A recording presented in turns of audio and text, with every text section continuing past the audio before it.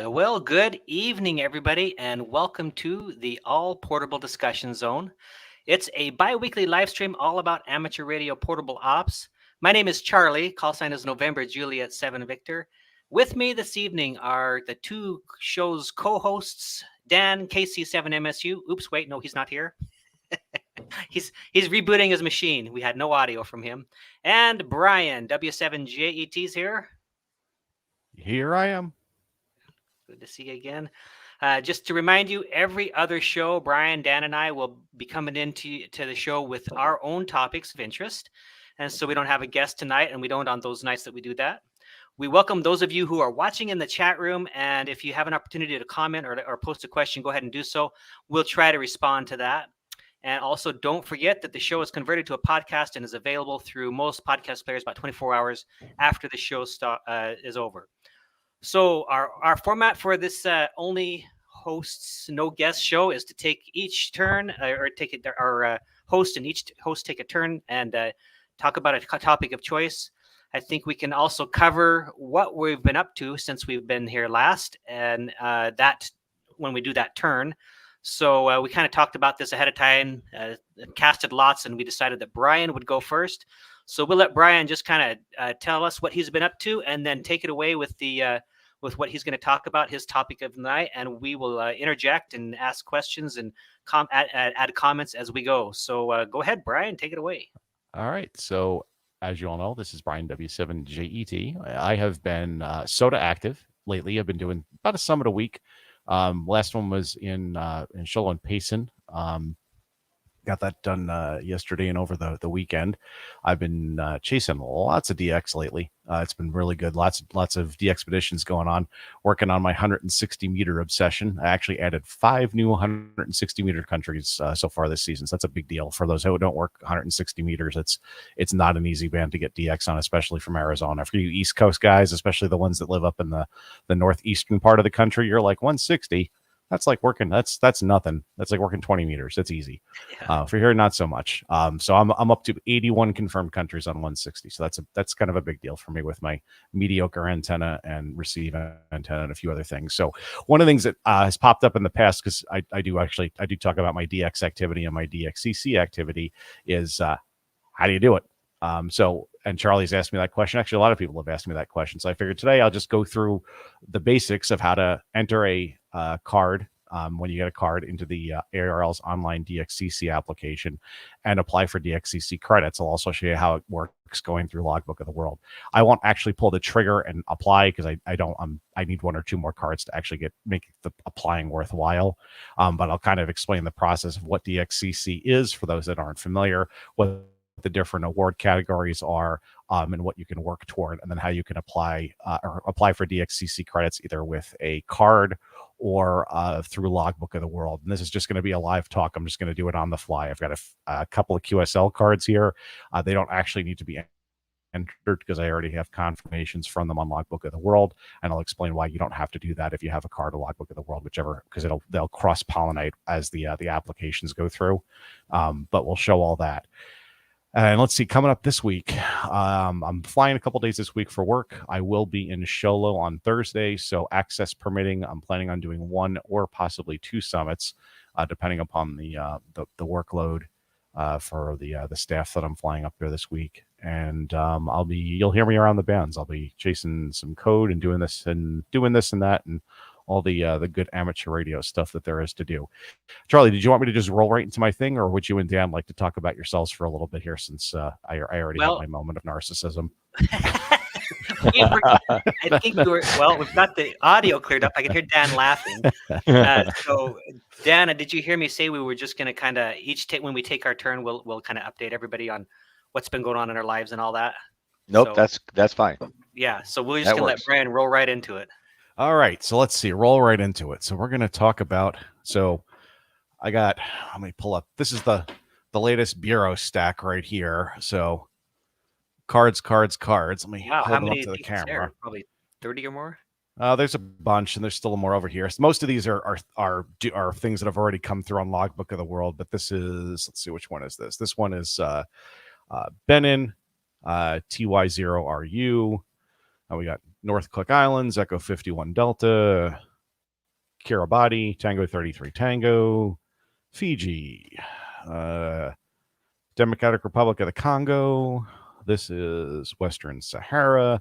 So these are all the goodies that have come through. We got some local cards, but this was my last shipment from the Bureau. So some stateside stuff, some DX stuff. I'll just flash some of the cards up here in case there's a chance somebody's watching. I'm like, hey, that's my card. So for those that don't know what these are QSL cards. And they go way back in history, all the way back to the early start of amateur radio, where people would send cards back and forth through each other through the postal system with information regarding the contact that they made as far as signal report frequency. I'm going to hold at the back. This is a Tuvalu, which is a South Pacific island. And I'm going to show you the back of it where all the information is. So I'm holding it up to the camera. How's that look, Charlie? Is that readable or is it too blurry? Yep, that looks pretty good. Okay, so you can see on there, it's got the information. You can see the bands, the frequencies, the times, the date, and the mode.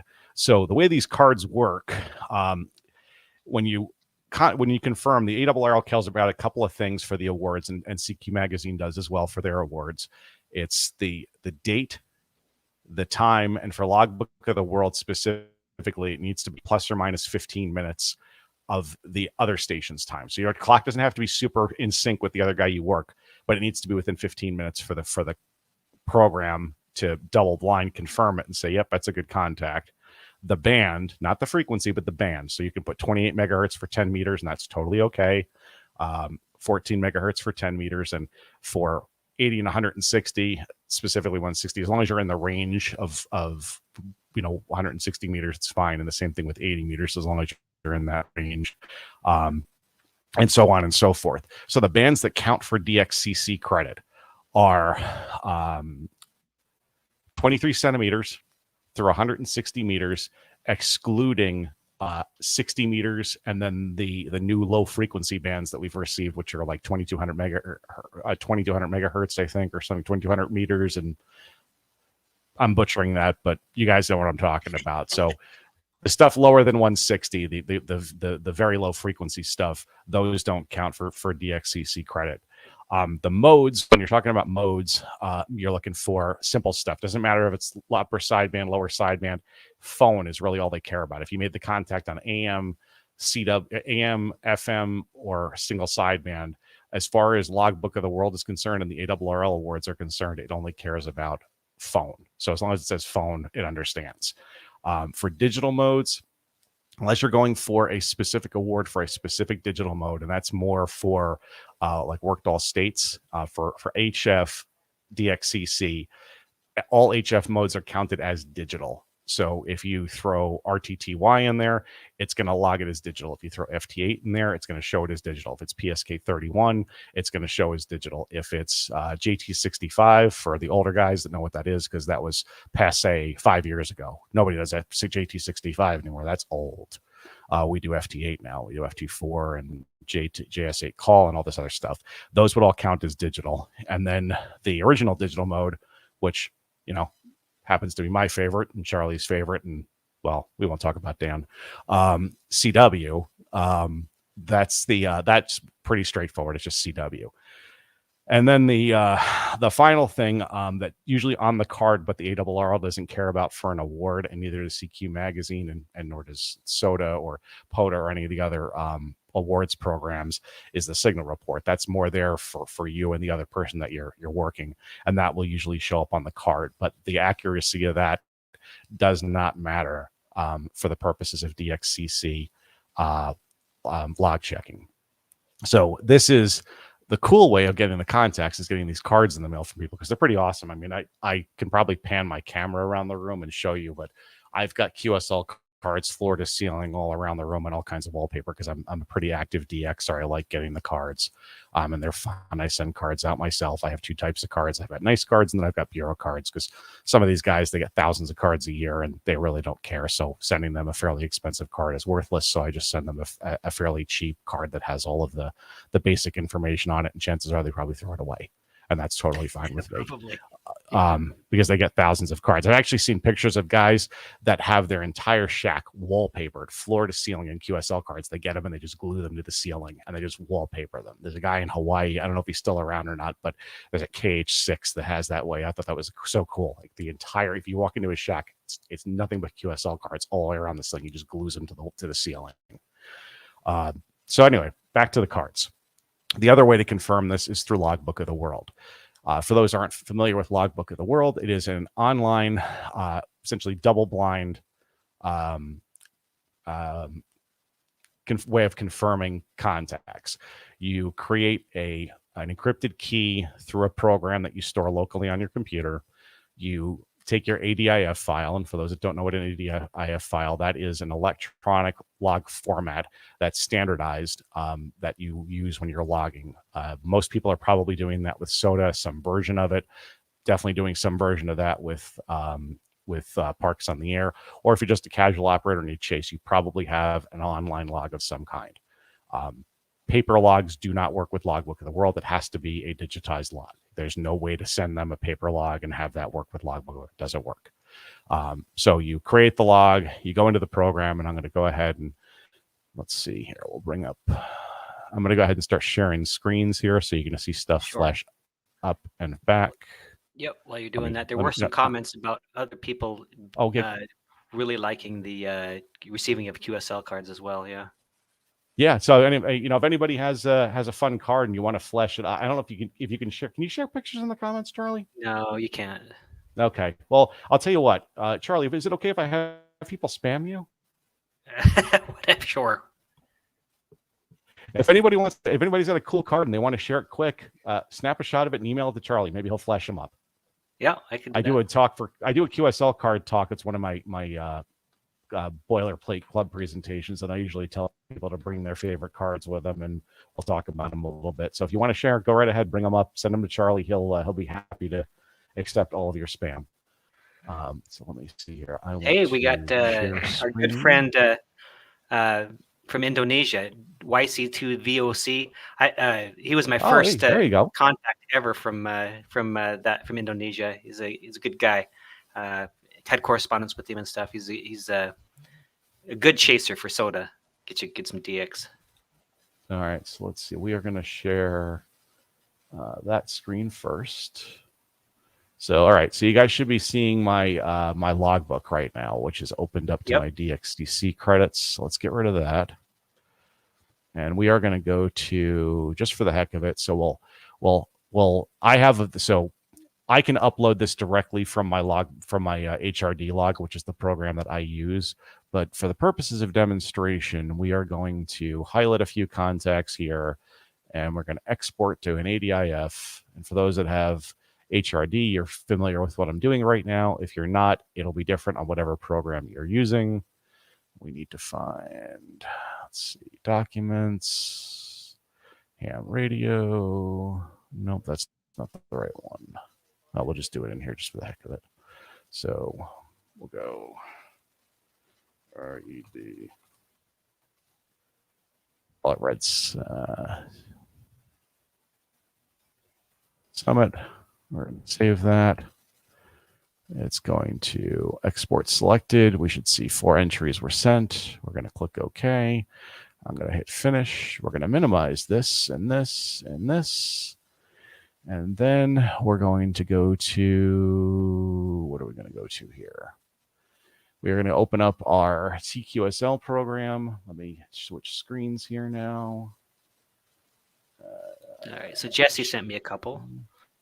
Share screen, window. Let me open up TQSL. So you're not sharing screen anymore with us? Yeah. I'm making things happen on here, and then I'll bring it back up again because nobody wants to see me fumble through my screen and look like more of an old man than I actually am. Well, don't worry. Hold on. Let me hold my phone like this, and I'll talk to it on speaker for everybody. I'm gonna share real quick while you're doing that. Okay. Go right ahead. Yeah. Show some cards. They're probably way more interesting to me than I am right now. I can't rotate them, but there's one from Jesse. That's E6AM. Good. And then we have a couple more from him. EC1R and JW0X. Yeah. Okay. I finally updated my QSL cards so that from the last time we went out, Charlie, and I got some DX. I was gonna send some QSL cards out finally to see if I get any responses. Nice. Okay. I am ready. Okay, go. Yeah.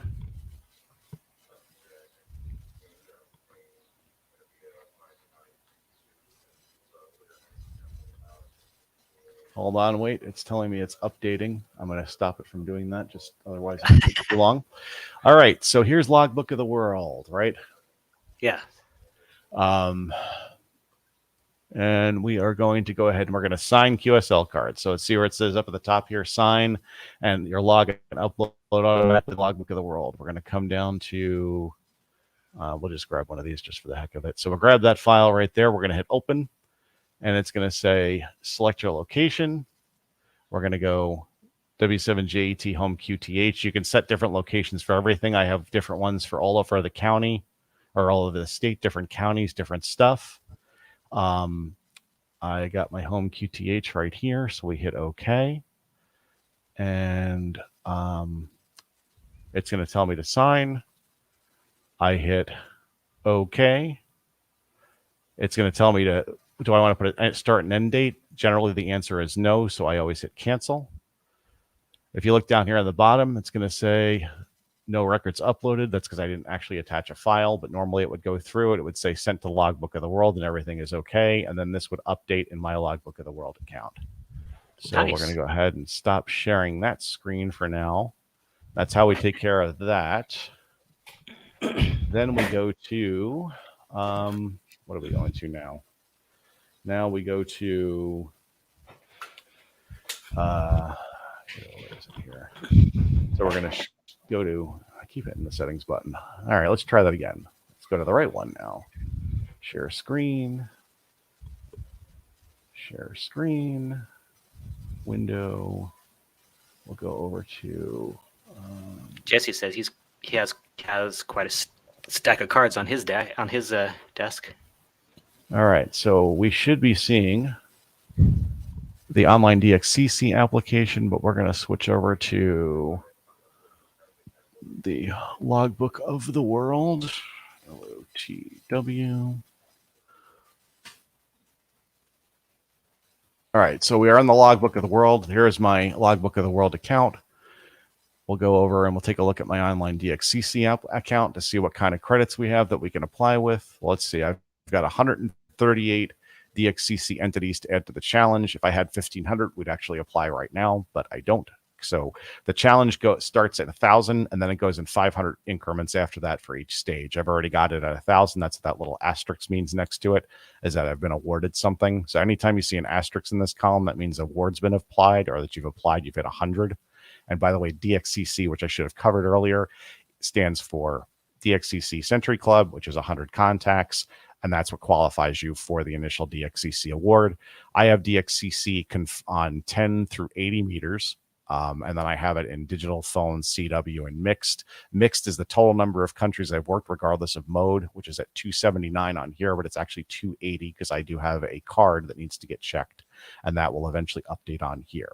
And then CW is obviously self-explanatory. Same thing with phone. And here's that digital that I was talking about. There's also satellite, 160 meters. That's waiting for one more confirmation to come through. And then the 5-band DXCC is 80, 40, 20, 15, and 10 meters is 5-band DXCC. And that's what that is down here. And then the additional bands I've added, which are 12, 17, and 30. So if we were going to apply for it here, see where it says application up here on the left? It's as easy as just clicking that.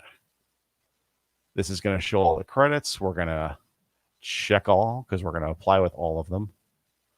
And then we're going to hit continue. And it's going to say, have you made a prior application in the year 2024? The answer is no. And then this is just going to be what will apply. So endorsements. And there's, I think, an endorsement for 275, and that's probably why it says endorsement. Most of these are endorsements. So There's no DXCC award there, so it's just going to be credits, but there won't be an award because I have not hit 100 there, and these are just endorsements for additional stuff if I've hit a benchmark or a threshold where there would be one. For 80, there wouldn't be. For 40 meters, there would, because I believe 150 is an endorsement. So they're little additional stickers you can stick to your DXCC award account. And then you just go through and you would apply. I'm going to not push this all the way through, but the next thing will pop up is it'll tell you the fees. There is fees for the number of Logbook of the World credits. It's 12 cents a piece, so that's $18.36 for a total of $26.86. If somebody wants to give me their credit card, I'd be happy to apply for it right now with theirs, but I think I'm going to wait a little bit. Any volunteers? Charlie? Dan? Nada. All right, so we're going to go ahead and we're going to back out of that. So that's where we go for, that's how you would apply for DXCC credit through Logbook of the World. And for some of the other people, so Worked All States Awards, have you guys applied for any one of your WAS awards yet? Yep. Okay, I have so not.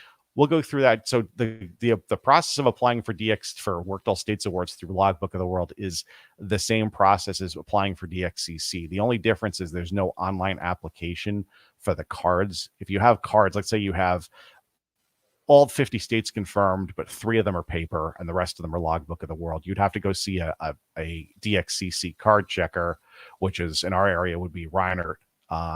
W7RGG. It was a great guy. And he'll check your cards and send everything through. When you, as a courtesy, when you're going to see a card checker to have your cards checked, bring a blank envelope. Do not write anything on it. That's their job. Let them do that. And that has to do with the integrity of the program.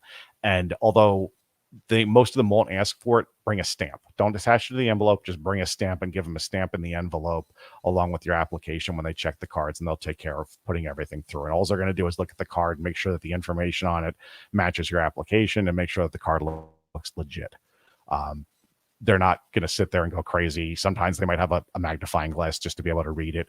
They know that if you get a card from Southeast Asia or somewhere, it probably got exposed to some moisture. I've had cards come with the inks run on them, or they look like they've been washed. And they've, they're used to seeing that kind of stuff. So don't get too crazy about that. But that's how that works as far as getting the cards checked in person. So if you're going to do the same thing, we go to back to Logbook of the World here to the Worked All States. And same thing, if you wanted to apply for one, I need 2 states on 6 meters for Worked All States. So that'll be my next application. I've got Worked All States on 10 through 160 meters right now. So we're going to apply, same thing, hit the application, just run right through here on Logbook of the World. So that's done. So now let's go over to the online DXCC application. So everybody can see that screen right now, right? Yep. So what we're going to do is what I do is, as I get QSL cards that I know I need to get checked, I input them to the online DXCC. So I enter QSLs. And you'll see right here, it's pretty simple. And all that information that I talked about is right here. So we're going to go ahead and, just for demonstration purposes, we're going to enter a Tango to Charlie QSL card, even though that's already confirmed in Logbook of the World. So Tango to Charlie, it's going to pop over, and we're going to have to put in the date. So just for the purposes of this, it's going to be day, month, and we'll just use my birthday here. So 10 May, I worked them when I was born. So we'll say I worked them on 1974, right? And the band, just because, I have an obsession with it, we're going to go with 160 meters. And I worked them on CW. All right. So that would be the information that I got off the back of the card, which is definitely not on the back of this card, because I did not get them on 160 meter CW. If you recognize the call sign, it automatically populated as Tuvalu. And once we're done, we just hit save. When I hit save, it's going to come down here and populate down here in this grid. And you can see the last one. This is actually the one that's going to be 280, the EX0M Kyrgyzstan. And then there's a few others in here for Dominican Republic, Haiti, and things like that I've gotten cards for. I've worked this was actually this India contact on CW on 40 meters. It was a really cool contact. I worked him in the evening on my dipole with about 400 watts. That was pretty awesome, because India is not an easy thing to get from Arizona. Anyway, once all that's done, then you're going to move through. You're going to start the application. It's going to ask you a few questions, and you're going to print out a a card checker form from here and submit the application. And once you submit the application, you have the card checker form. The application is now in limbo and it's waiting for you to get the form and the cards to the card checker so he can verify the cards and mail in your application. That's the easiest way to do it. The next way to do it is, if you trust the U.S. mail system, you can take your cards, put them in an envelope along with your cards, and mail them to league headquarters, and league headquarters will check the cards and then mail them back to you after they confirm it. I don't trust the postal service that much, especially because some of these cards aren't cheap to get, and I will wait until I get home, and or I'll wait till I can get Reinhardt or one of the other card checkers, but generally here in our area it's Reinhardt to go and review the cards for me and submit the application, and that's gone seamless every time. I think I've done 5 or 6 actual applications in the last 10 years since I've been back active with Reinhardt in person, and it's worked out really well. And then when you hit your magic 100, you get a nice little certificate on the wall that you can hang up, and then they'll send you little stickers that go along with it as you hit different benchmarks, which would be 150, 200, 250, and so on, all the way up through. To be on the DXCC honor roll, you need to work all 341 DXCC entities. That's the honor roll number 1. To be on the honor roll, I think it's 339. Not 339. I think it's like 331. Someone can correct me on that, but you don't have to have all of them to be on the honor roll. But to be honor roll number 1, meaning you've worked all of them, you need to be at 341. So I think I've probably taken up half the show. So I'm going to pause, see if there's any comments, and I'll give it back to Charlie. Yeah. Cool. Yeah. Thank you, Brian. That was good. Very educational and good information. So we have most people have just been kind of following along, and I don't think that there are a whole lot of questions yet, but there may be a few that pop in. We recognize Adam's in here, K6ARK. He's talking about the NVIS thing for the NFED Double Zep that I'll be talking about here in just a minute. And of course, we have a few other friends. We got Malin here, and we have Jesse in here, and I think I saw Sue up here as well. Yep, Sue and Chuck and Sue's in here. So welcome to everybody else. I don't have time to go through everybody, but thanks for being here. Brian, that was good. We'll circle back around to questions if anybody has any. Be sure to pop them in the chat there if you do for Brian. Let me go ahead and I'll take control here and let's see here. I'll share my screen. Oh, looks like I accidentally dropped Brian from the show. Sorry, Brian. He'll come back. He'll come back on. Anyway. Oh boy. Well, he deserves it. He's a pilot, so that's it's good for him. Yeah. Okay, guys. So I'm going to be talking a little bit about portable antennas, and I'm glad that we've got some representation from Alberta, Canada, because we'll be talking a little bit about that. Brian, that was me that booted you on accident. Sorry about that, buddy. I was wondering. I was like, what did I touch? It was me. All right. So anyway, let's a couple things I wanted to talk about myself before we went into that. One thing is, this is really not a portable radio, so to speak, but a friend of mine reached out to me and wanted me to make sure I made this announcement. And so there's an international EME 2024 conference that's in the United States this year. Usually it's not. And so if you are interested in Earth, Moon, Earth bounce or anything Earth, Moon, Earth communication wise, this conference is for you. And this is a great opportunity again, because it is in Trenton, New Jersey, as opposed to across the pond. So that's something that might be of interest to some of you to get going if you have been interested in that. Also wanted to mention what I've been up to. So a club that is near and dear to my heart, the Sun Life Amateur Radio Club. They invited me to give a presentation, I think a week or two ago. And so I was there and did that. Here in the upper right is me kind of talking about all the portable gear that I have. And down below here on the right is the audience. But a month before that, I went and attended the club and watched my good friend Herb give a presentation on the Navajo Code Talkers here on the left. And at that meeting, he presented me with the Navajo Code Talkers flag. for all the things that I have done to help him along the way and get involved in Summits on the Air and portable radio. And so you see it behind me here, hanging up as proudly. So that's kind of what I've been up to. Other than that, I've been really sick like 4 times in a row, and just haven't been done a whole lot. I've been out and activated a few times, been on some hills, but I have some recordings of that, but I haven't really been able to edit them. So I am going to maybe mesh them all together into like one video for like 4 or 5 different activations. So there's that. And then the next thing I wanted to mention was, as you see, I wanted to just kind of highlight Jesse here for a minute. He's right here in the chat. Jesse has a really good YouTube channel, and it's getting better all the time. And so we might want to check his YouTube channel. He's from Alberta area in the Canadian Rockies. He's been doing stuff in the snow, as you can see right down here in the bottom left. And he also has been doing like a I don't remember what he calls it, something like a SOTA minute or a CW minute or a ham radio minute or whatever. And so anyway, his stuff's improved a lot, and he's really worth a look. So might want to check out his channel. Jesse's great. And so with that, let me just go ahead and move right in then to my presentation and what I wanted to talk about today. A little bit on portable ham radio antennas. And so first thing I want to do is mention Malin. Malin's in here as well. He's in the chat listening. And so is our friend Brian, BE7JYD. But Malin has been up here on down here to Arizona on a couple of occasions from Alberta. You can see right here in the picture on the bottom right, he was on the top of a summit with us. And I can't remember, do you remember what summit that was, Brian? That was over there by the lake, wasn't it? Oh, no, you're muted, Brian. It was my turn to do that, yes. We were on First Water Creek Overlook.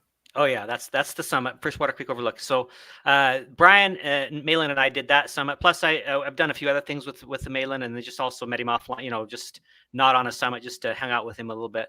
But if you don't know, Malin is an antenna building machine. He's gotten built all kinds of antennas, and you'll see right here in this picture the extended double Zep up in the upper right, and you can have different frequencies for that. This one here in the upper right is a 2-meter extended double Zep. And then he sent me a couple of J poles here in the upper left. And then on top of the summit, where we see this picture, he actually gave me a trapped dipole for 20, 30, and 40, and that's here wrapped around this frosted mini wheats box. There's a whole story behind that, but at any rate, I wanted to talk. First of all, I wanted to thank Malin for that. He's also sent me other antennas, and just as always, very generous and other things. And so he's been a great friend to us here in Arizona, and just as to me generally as well. So I wanted to talk a little bit though about the extended double Zep. So let me see if I can advance this. Yeah, so this is the antenna that I wanted to just talk a little bit about, extended double Zep. You can see I'm holding it here in the upper right, and you can't really see it that well. But I used this antenna on a summit to activate it. Again, it's 2 meters. Here on the left, you can kind of see I have it attached to a fiberglass pole, vertical. And so about halfway down, it kind of pops out, and this is where the line is fed. You can see a little closer in this little closer up thing, but this is an interesting antenna, and it has some gain on it. So there's a few different resources where you can learn a little bit more about it. The first one is the Western Mountain Radio, and there's like pictures of that as well. There's a calculator that you can use, and let me just pull this over. But in here it says that it works kind of like a 5/8 wave. It's basically 5/8 wave on both sides of the antenna. Its elements are 5/8 waves, and then it has a 4-to-1 balun there, because the 5/8 wave antenna feed point is a balun that matches at 450 ohms, and so you got to get that to 50. So it's a little tricky, and so Malin did a few things to get this to work. First of all, he was a little frustrated with the fact that the balun was so heavy.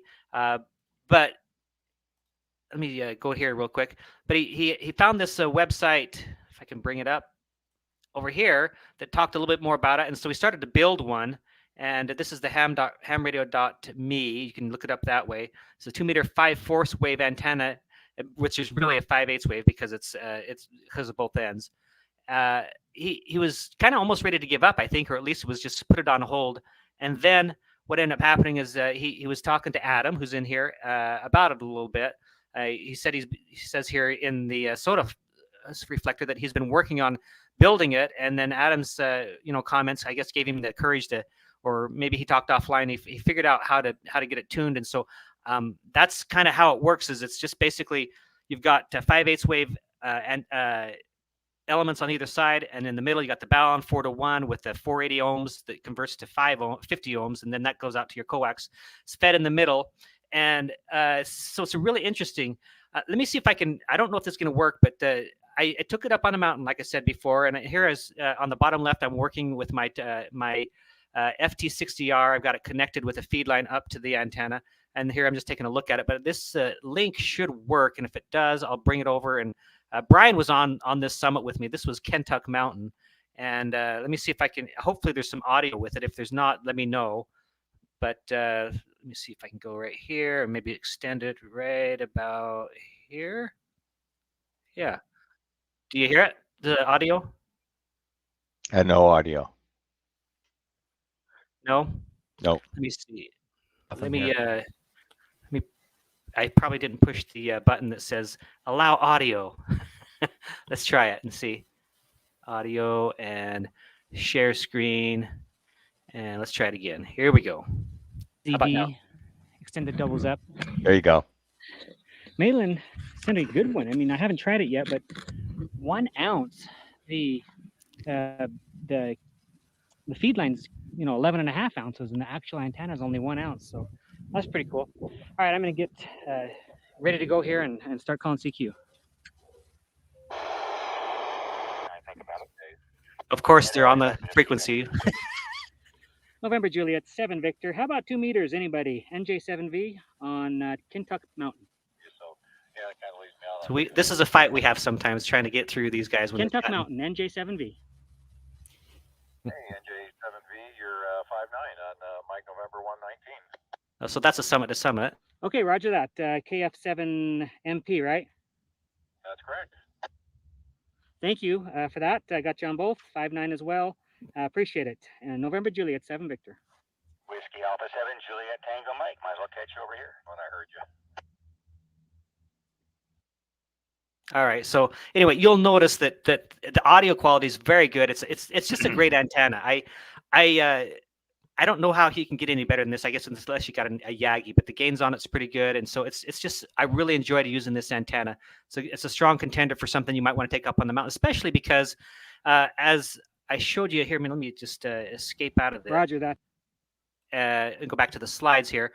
See how small this is, and like I said, it's really small and light. So instead of carrying a big old Yagi with you, you might want to consider sometimes carrying this especially if you need a light load. So that's that on that. So I just wanted to thank Malin for sending all the antennas that he has. Here's me and Malin and I on a different activation than the one on the right. Right is the one where that water user overlook that Brian and I were on.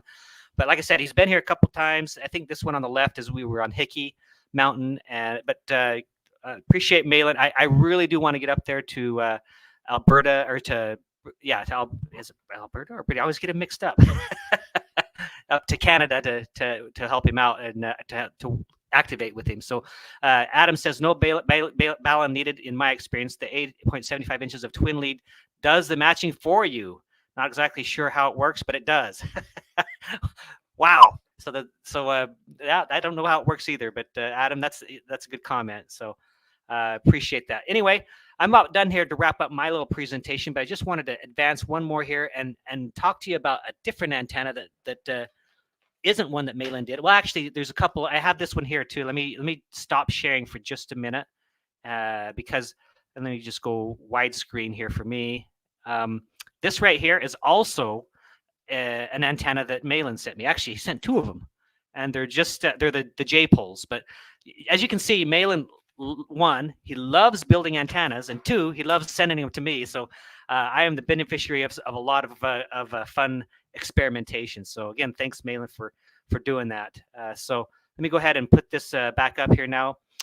The btenna.com, VHF antenna plus coax. So there's an antenna I am going to be trying. There's a guy by the name of Shane. I think he lives in Utah, if I'm not mistaken. But he's developed an antenna, a Yagi antenna, only 11 ounces, and it's a 3-element Yagi, 8.1 dB gain.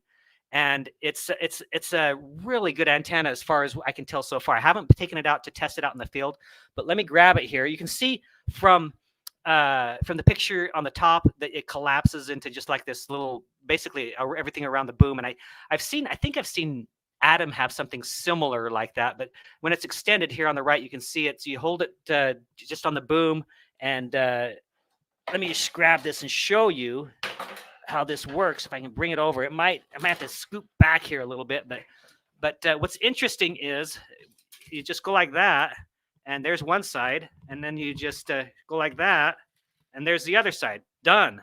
And then you hold it like this, and so it kind of is a self-deploying antenna.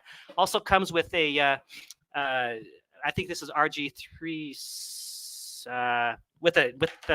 it comes with a coax. It's a smaller one, so lightweight as well. So I can't remember the exact size, 316, I think, but I'm not sure.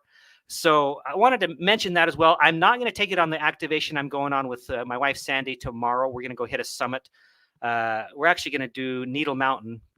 Brian knows that one well. He's the first one to activate it. But from that activation, that to summit, I think I know Brian knows for sure, and I think Dan also knows that there's just no path into Phoenix from that summit. So there's no use in me taking this. It's just not going to work. So we'll find another summit. But I'm gonna try this out, and there'll be a video on it. And I really want to thank Cheyenne for lending it to me. As you know, I often borrow gear, and a lot of people like to lend it to me so I can test it out. So what bands am I going to do tomorrow? Adam says I'm definitely going to do, well, Sandy is definitely going to be on 10-meter sideband, and I'm going to be on a 10-meter CW. So that's for sure. 10 meters. You can't not miss 10 meters, right? I'm also going to be on 20 meters CW, and for Malin's sake, I will also do 20 meter sideband. So that may be it. I don't know how long we're going to be able to be on the mountain, so we'll just hit the bands we can, but definitely 20, and definitely 10, and definitely 40. So we've got those 3 bands, and we'll try to work both modes on that. So sounds good. Let's see. It says Jesse says I will be on 30 meters and 20 meter CW at around 1730 UTC. Well, good. That sounds good. You know, my friend JT, I don't know exactly what time we're going to be up there. I think we're going to leave a little early. I haven't put out a post yet because I don't know. I haven't talked to Sandy in detail about how we're going to go, but I would guess we'd leave at 7, be there at 8, up on the summit by 9. So I usually, 1600 UTC is when we usually do it. So 1600 UTC is about when, but we'll be up there probably at least an hour to 2 hours. So. All right. So anyway, looking forward to doing that BTANA, testing that out and seeing how it goes. But that won't be this activation tomorrow. Probably be on Friday. So that's it for me. So I guess it's Dan's turn now. Dan, what do you think? Well, I try not to think too much, otherwise I get into a lot of trouble. Okay. So as far as what I've been up to, let's see here. Finally got out on a summit yesterday. Did Humboldt, which is a nice drive up here by Cave Creek. So that was a whole lot of fun. Had a couple of people stop by and say, "Hey, what in the world are you doing?" And so I talked to them a little bit about amateur radio, and especially about summits on the air. So some of them got to watch a couple contacts going on. So that was a whole lot of fun. So hopefully I'll get that in the log tomorrow. As well, let's see here. Also took and changed out my QSL cards finally. So wow, look at that. Like I said, I'm planning on the last summit that Charlie and I were on together. We did a bunch of DX, and I got about 10 DX contacts. And I was going to go send QSL cards off, and I was like, well, these are old and it's got the wrong address and everything. So I finally went and updated. So that was really nice. So hopefully we'll get out and do another summit next Saturday. So it looks like there may be an opening for Dan to sneak out and maybe hit a summit. Maybe we'll hike up to Lone Mountain next Saturday. So we'll see. As far as what I was going to discuss is I have been thinking about this for a while and came up with all kinds of crazy stuff that probably might not be necessary. But since I had purchased a new vehicle, I was thinking about I had my old F-150, what I used to take in that, which was very minimalistic. I mean, I used to take some tools and that was about it. I was fortunate, never got stuck or never really had anything happen other than had a flat tire once. So I was thinking about that, you know, now, hey, I got four-wheel drive, so I'm sure I'll bury it somewhere. So I might need some things to be able to get myself out. Yeah. And so I started thinking about this list of things, you know, kind of like a survival pack. And I don't know, I'm kind of looking at it and going, man, this is a lot of money. And how much of this is really necessary? So I thought I'd kind of toss some of this out and see what other people think. Let me All right. While you're sharing, I'm I'm gonna gonna share. thank Zippy. He's always comes in with a little donation every time. Zippy, thank you so much.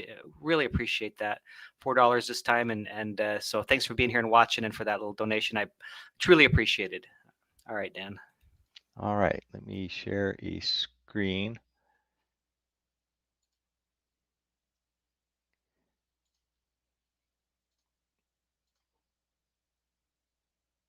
All right, so hopefully that shows up. Yep. So I've been kind of going through and looking at various things, and can you zoom that in a little bit? Make it bigger. I may be able to do that. Yeah, there you go. How's that? Better? Yeah, that looks good. Okay. So I started out with one of the things I used to take just a regular tool bag with me, and it was kind of bulky, and you know I'd have to remember to go get it, you know, put it in the truck because it's doubled it. Also, it was primarily what I used for tools at the house. So I ended up getting one of these things, these tool rolls. It came as a 3-pack for, you know, about 95 bucks, and I really like these. So now I've got two of these in full of tools. I bought separate tools just for the truck, and now this just stays in the truck, and I don't have to worry about, you know, forgetting to take at least tools with me. So, and you know, I've got mostly just these items in there. Everything, you know, primarily metric, whether it's open end wrenches or it's sockets, deep well and in shallow sockets, screwdriver sets, you know, things like that. Pretty minimalistic as far as tools. I could probably not carry the SAE version of some of these, but I always like to have both types, even though my truck should be primarily all metric. Let's see what else. Winch, I can't decide whether or not I'm going to buy one or not. I know they're fairly expensive. If I buy a winch, I'm probably going to change what's on the front of the truck bumper wise too. So that's probably going to be kind of expensive. Yeah. Tow straps, haven't decided on those yet. But a good one from what I'm seeing ranges, you know, around 130 to 175 bucks for you know, a really good one. Skid plates, I never have had a real problem with it, with needing them, but that's something that I have not considered in the past. Battery booster boxes. So I haven't had one of these in years. Let's see if I can find it here.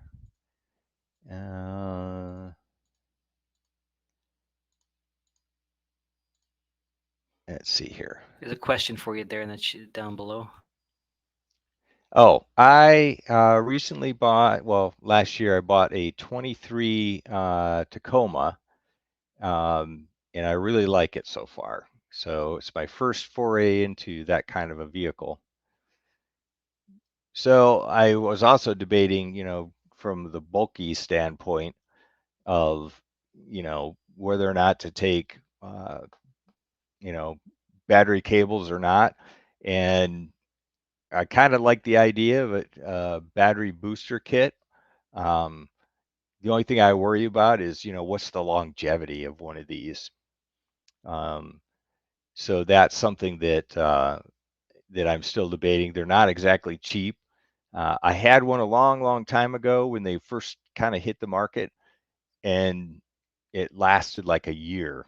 And so, Whoa, that's $200 yeah, just for a year. yeah, See, that's kind of pricey, yeah, Dan, Um, can I throw something in there for you real fast? Go ahead.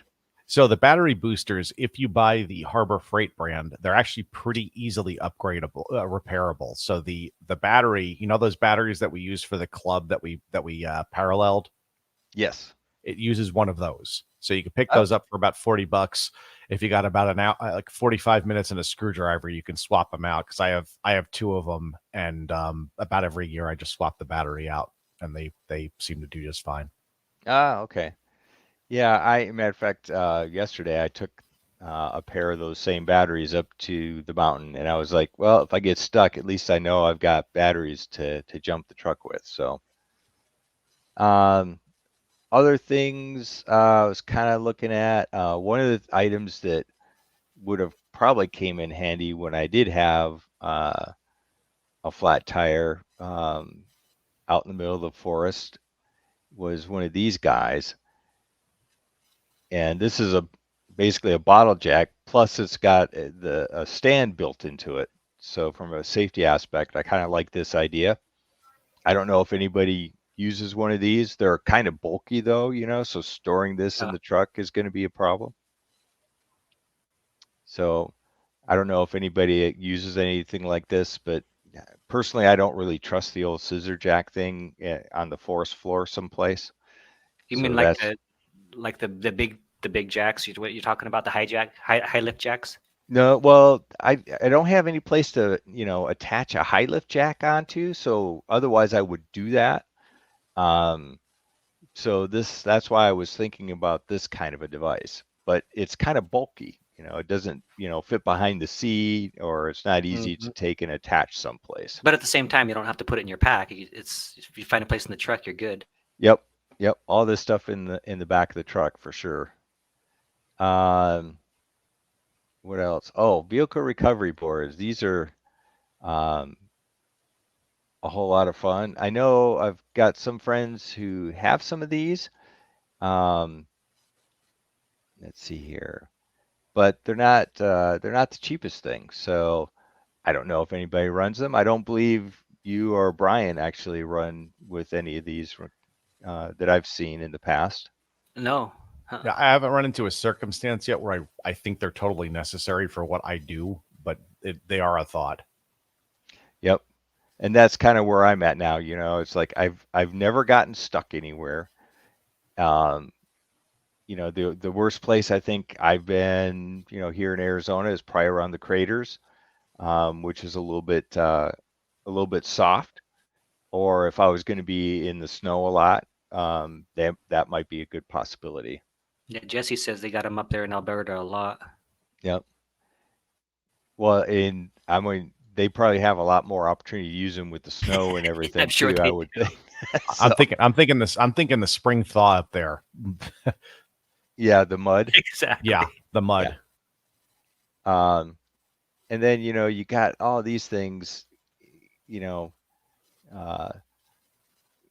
like extra gas tanks. That's for one that I example. have on my mind. That I've had on my mind is an extra gas tank for sure. Yeah, and they have water ones as well. It's like usually I'll throw a tank of extra water in the back. I've never needed gas out anywhere, mostly because I'm kind of paranoid about it. So whenever I get, to a town, I usually throw gas. I top off all the time. So it's usually not a problem, but probably wouldn't be bad to have something like that. Wherever muskeg is, Jesse. Especially in Muskeg, he says. Muskie. I'm gonna have to look that up. Tire repair kit. That probably would have come in handy. Never used one. I've seen one being used at a field day 2 years ago now. Possibly a good idea to have. I don't think, for the amount of space that it takes up, probably would be a good idea to have something like that. Medical kits. So, and I've kind of started looking at this a little bit yesterday because we did break into our medical kit yesterday, just for some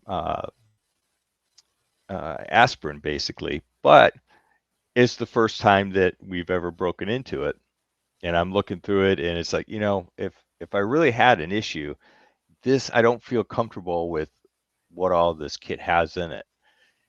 And this kit has more stuff, and I'm sure Adam knows a lot more about, what you would want to make sure that you always have in a kit. But this would be one that I would keep in the truck along with having one of some sort in the backpack. What is the minimum that you should really look at? Because they're not necessarily cheap, and they've definitely got, a lot of stuff in it, but is it the right stuff? So Our good friend K8DRT has a comment there. yes, and I always have that squares, you got to have them no matter what you you do. got to have the poop tickets, according to Poop- Brian. Yep, poop tickets are a necessity, folks. Gotta Yep. have them. And then I've got, the things that are definitely not safety related, but would make it, and a shovel too. Really was thinking about a good, decent shovel. But, bed rack systems, are not cheap.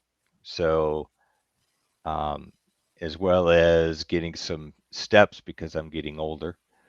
But I really like this particular brand of rack because it's got a lot of space to be able to mount stuff. But here again, it's fairly expensive. And would I absolutely have to have one? Does it contribute to safety when I'm out on the road? No. It just makes it a whole lot easier probably to mount things on the rack instead of filling up the entire back of the truck with items. So much so that you end up with not enough room to actually pack a tent and sleeping bag and stuff back there. Yeah, that'd be nice. When I get my Tacoma, my taco, that might be something I consider. That's going to be another few years though for me. Adam says Tylenol and duct tape go a long way. He says he might need to make a list of all the things inside there. But I agree, duct tape. I have duct tape on my trekking poles. I wrap a whole bunch around my trekking poles, and just in case I need to patch up a shoe or something. Yeah. Yep, I started that too, and it comes in handy for bottoms of your feet, things like that. So that works out really well. So I mean, so this is my little rabbit hole right now that I'm going through is what's necessary, what should I have, for sure. Like I said, I really never ran into any issues when I had my old truck, but just trying to think about it and hopefully not overdo it. Yeah. Cool. That's a good list there. We're another comment. Let's see, Adam, and also I think Malin was the first to mention this. Malin says a rooftop tent, and I know that our friend Robert N3BZ has one of those, and so does. And yours is kind of right, Brian. Yours is a semi rooftop. It's a rooftop on a trailer. Yeah, mine's a rooftop on a trailer, and I could put it on the FJ if I wanted to, but I like being able to have a base camp and then go out and do things. I don't want to take the antenna down every time I want to drive somewhere. That's kind of what we were thinking too, because of the way that I camp now. It's like, well, if I have to fold everything up to go do an adventure, it's not as convenient for how we're going to be camping. So this might be why Adam says that they don't really make sense in the desert. But I think more importantly, he's probably saying that the temperature, if you go in the, I don't know why exactly he's saying it doesn't make sense in the desert, but It doesn't make sense in the desert in Phoenix. You know, that's why you go up to the high country, right? Definitely. Cool. Well, you know, guys, it's about time to wrap up. In fact, we're a little over. Let's send you guys over to talk to Jason. I don't know what Jason Ham Radio 2.0 is up to, but he always follows directly behind our stream. So head on over there and check him out. For the first time, we've been able to successfully stream to Instagram. I don't know if it's the best or not, but it's pretty close. It's successful, and we have Mark Grow, KG6LI from California. Some of you might know him. He's in there in Instagram. But at any rate, we stream on Instagram, YouTube, and Facebook, and then we again post this to a podcast. But we're gonna wrap it up.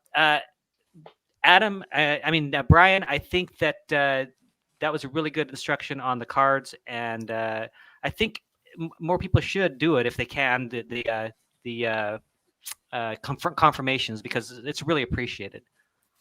It's a good time. I realized I went a little long there, but I was kind of going through both things. So I wanted to give a overview of it, but I enjoy it a lot. It's a lot of fun. It's something to do.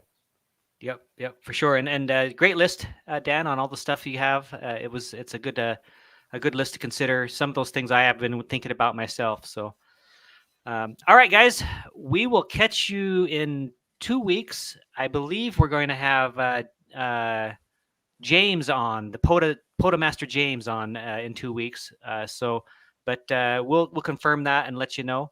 So we're gonna send you over to Jason now and say 73 until next time. Bye bye, everybody. 73, everyone. Bye, everybody. We'll see you all later.